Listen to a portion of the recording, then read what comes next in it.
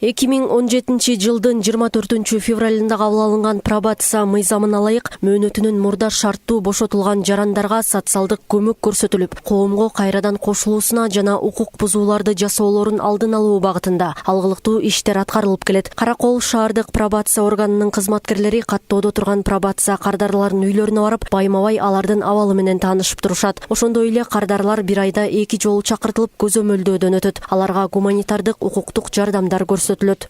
Тяжесть преступления деп коет. Мисалы, ала кетсек, 1 жылдан 3 жылга чейин пробациялык көзөмөл белгиленет.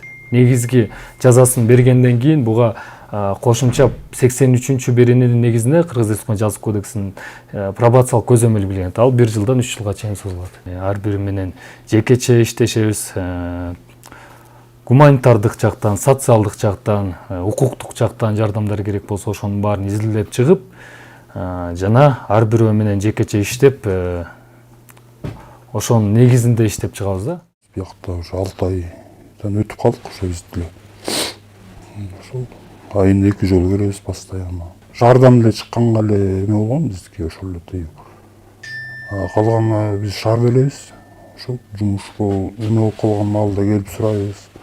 Мындай кеңештерди көп деле алып кетебиз, эмне кылабыз, кандай кылабыз. Биягыбыз мындай болуп атат. Үй жактан мындай болуп атат. Өйлө жагынан жардам берип атышат, Кудай шүгүр, жаман эмес.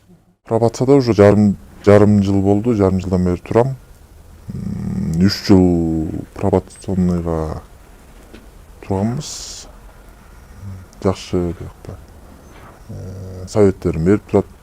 Мында келгендер түрдүү тагдырдагы жарандар, алимент төлөбөгөндүк, жол кырсыктарына кабылуу сыяктуу жүйөлүү себептер менен каттоодо турушат. Ал эми бул кардар бейбаштык менен 2 жылдык мөөнөткө каттоого алынган. Мындагы кызматкерлердин кеңешин угуп, жардам алып жүргөнүнө 6 айдын жүзү болгон. Ал кылган ишине өкүнүп, бул нерсе чоң сабак болгонун айтат.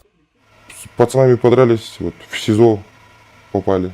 Балдар менен мушташып кетип, СИЗОдо 22 күн отурдум. Чыкканымда мага пробациядагылар жардам берди. 1 ай документ иштерин бүткөрүп, соттун чечими менен азыр бул жердемин. Бизге бул жерден азык-түлүк жагынан да жардам көрсөтүлөт. Кээде жумуш таппай кайрылабыз, иш менен камсыз кылышат. Бул жерге биз жекеле кеңеш алууга эмес, баарлашуу үчүн дагы келебиз. Бул мен үчүн чоң сабак болду. Буга чейин мен көптөгөн бейбаштык иштерди жасачумун. СИЗОдон келгенимден кийин мен ал жерде келечек жок экенин түшүндүм. Ал эми бул жерде туура жолго түшүүгө чоң мүмкүнчүлүк бар. Каракол шаары боюнча бардык болуп 66 кардар каттоодо турат. Анын 8 аял киши, 53 эркек жана 5 жаш өспүрүмдөр. Белгилей кетсек, пробация көзөмөлү 5 жылдан ашпаган мөөнөткө эркинен ажыратылган жеңил кылмыш жасагандар үчүн колдонулат.